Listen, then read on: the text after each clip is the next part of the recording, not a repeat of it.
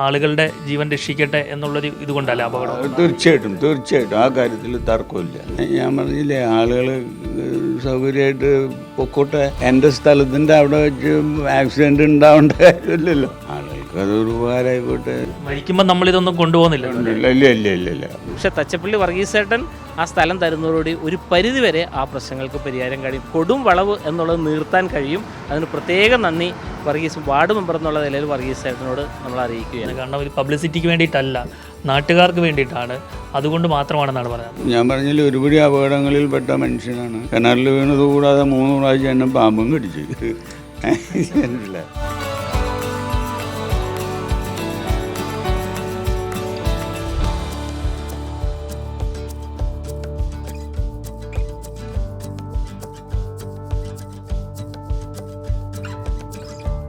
നമസ്കാരം. നടന്നു പോകുവാനായി ഒരടി പോലും സ്ഥലം വിട്ടു നൽകാത്ത ആളുകളുള്ളൊരു കാലഘട്ടത്തിലാണ് നമ്മൾ നിൽക്കുന്നത്.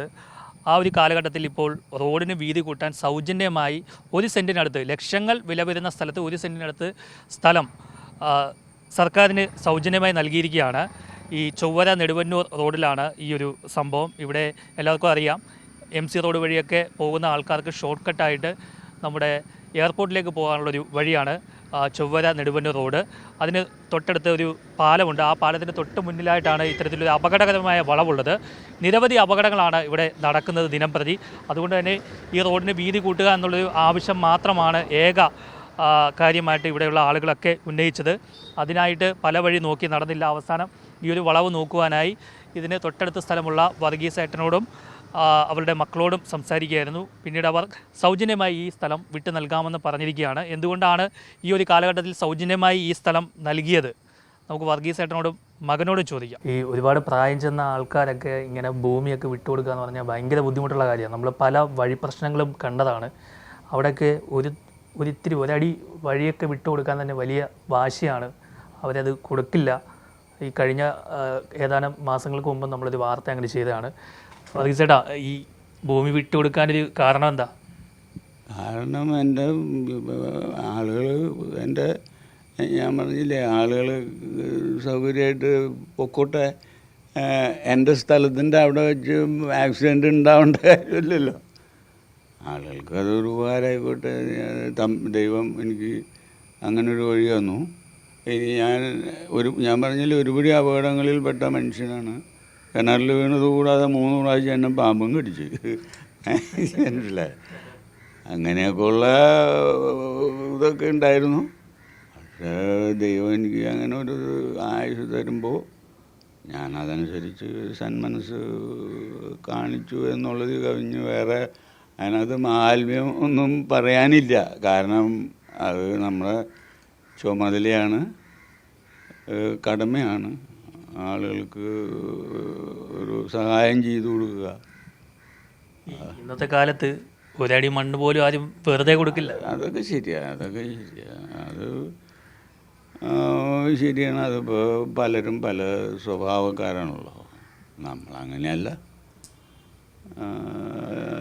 നമ്മൾ എന്നാലായത് ചെയ്യുന്നു നാടിന്, അത്ര തന്നെ.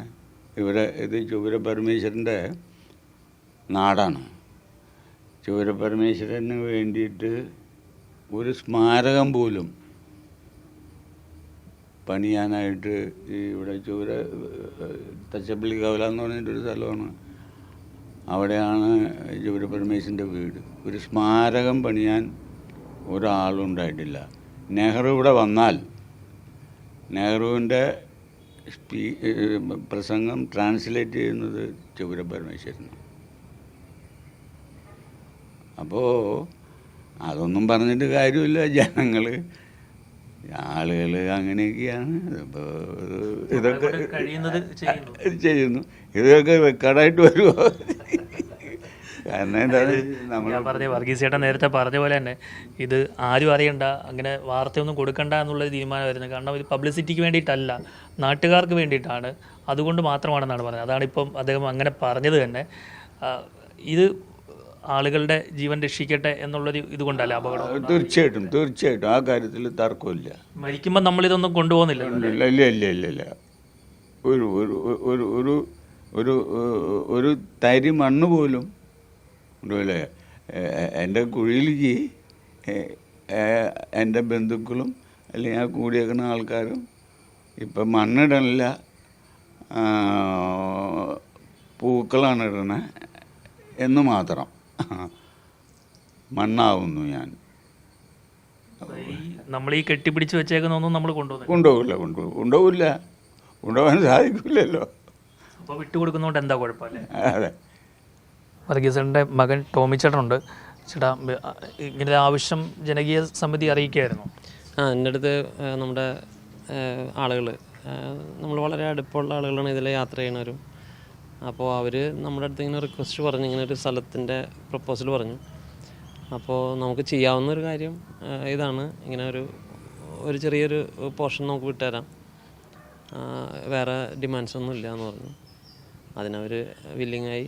നമ്മളതിന് സന്തോഷത്തോടുകൂടി അന്ന് MLA ഉണ്ടായിരുന്നു, വാർഡ് മെമ്പേഴ്സ്, ബ്ലോക്ക്, ജില്ല, അങ്ങനത്തെ എല്ലാ, പിന്നെ റെസിഡൻസ് അസോസിയേഷൻസൊക്കെ അവരെല്ലാവരോടും കൂടി ഒരു പ്രപ്പോസൽ കുറ്റിയൊക്കെ വെച്ച് തിരിച്ച് ചെയ്തു. അങ്ങനെ അത് ഇപ്പോൾ അതിൻ്റെ പ്രോസസ്സിങ് നടന്നുകൊണ്ടിരിക്കുകയാണ്. അതിൻ്റെ ഈ ഡിജിറ്റൽ സർവേ കഴിഞ്ഞിട്ട് അത് ഇനി അതിൻ്റെ പോർട്ടലിൽ വന്നിട്ട് അത് നമ്മൾ രജിസ്റ്റർ ചെയ്ത് കൊടുക്കണം. അപ്പോൾ അതിൻ്റെ വർക്കുകളൊക്കെ നടക്കുകയാണ്. നമ്മളതിൻ്റെ പ്രപ്പോസലൊക്കെ പഞ്ചായത്തുകൾക്കൊക്കെ മൂവ് ചെയ്തിട്ടുണ്ട്. ഈ റോഡ് തന്നെ ഫോം ചെയ്യുന്നത് എല്ലാവരുടെയും സഹകരണത്തിലാണ്. ഇപ്പോൾ ചുവര ജംഗ്ഷനിൽ നിന്ന് ഇങ്ങോട്ട് തുടങ്ങിയിട്ടുണ്ടെങ്കിൽ അതിൻ്റെ ഓരോ ഭാഗങ്ങളിൽ നിന്നും വിട്ടുകൊടുത്ത് വ്യത്യസ്തമായ സമയങ്ങളിൽ, ആദ്യം ഒരു ചെറിയ റോഡായിരുന്നു, ഒരു വരമ്പായിരുന്നു. അതിനെ പിന്നീട് കുറച്ച് ആളുകൾ ചേർന്നിട്ട് അത് വഴികൾ വിട്ടുകൊടുത്ത് അങ്ങനെ അത് കുറച്ചും കൂടി ഡെവലപ്പായി. അതിനുശേഷം ഇവിടെ പാലം വന്നു. നേരത്തെ ഒരു മരപ്പാലമായിരുന്നു, അതിനെ നമ്മൾ കുറച്ചും കൂടിയും എന്താ പറയുക, 2-3-4 പൈപ്പിൻ്റെ ഇതിലിട്ടിട്ട് ഇപ്പോൾ ഉള്ള പാലം പൊളിച്ചുകളയാണ്. അപ്പോൾ അതുവരെയും വന്നു. അപ്പോൾ അതാത് സമയങ്ങളിൽ എല്ലാവരുടെയും കോൺട്രിബ്യൂഷൻ ഉണ്ടായിട്ടുണ്ട്. അതാത് സമയങ്ങളിൽ ആരും പൈസ കൊടുത്ത് വാങ്ങിച്ചിട്ടുമില്ല, ആരും തന്നെ അതിൻ്റെ ഒരു ബെനിഫിഷ്യറി ആയിട്ടുമില്ല. എല്ലാവരും നമ്മുടെ സ്വന്തമായിട്ടുള്ളൊരു വഴി എന്നുള്ള നിലയിൽ തന്നെയാണ്. പിന്നെ ഇപ്പോൾ ഉള്ളൊരു പ്രശ്നം വെച്ചിട്ടുണ്ടെങ്കിൽ ഇപ്പോൾ ഗതാഗതം കൂടി, ഈ വളവുകൾ അപകടകരമായിട്ടുള്ള രീതിയിലാണ്. അപ്പോൾ അത് കാരണം ആളുകൾ അതാണ് നമ്മളെ സമീപിക്കുന്നത്. കാരണം അവിടെ ഒരു വളവുണ്ട്, ആ വളവിനെ കുറച്ചും കൂടി യാത്രാ സൗകര്യത്തിന് ആക്കുക എന്നുള്ളതാണ് അവരുടെ ലക്ഷ്യമായിരുന്നു. അതിനുവേണ്ടി നമ്മൾ സഹകരിക്കുകയാണ്.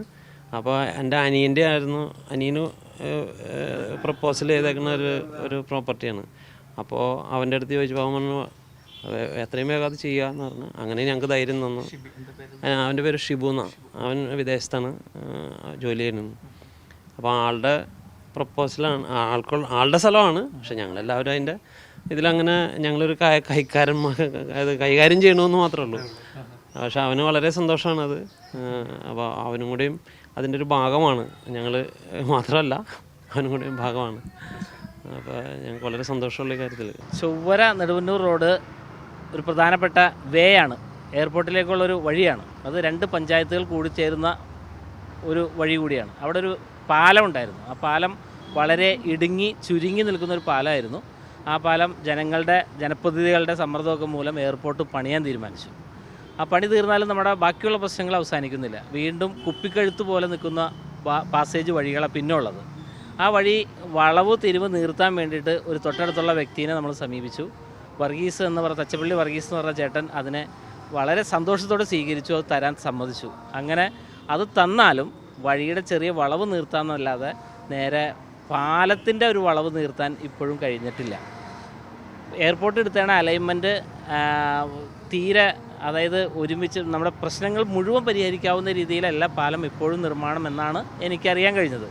കുറച്ചുകൂടി വീതി കൂട്ടി പാലം നിർമ്മിക്കാൻ കഴിഞ്ഞിരുന്നുവെങ്കിൽ പൂർണ്ണമായും ആ വശത്തുള്ള 2 പഞ്ചായത്തിലെ പ്രദേശവാസികളുടെ പ്രശ്നം പൂർണ്ണമായും പരിഹരിക്കാൻ കഴിയുമായിരുന്നു.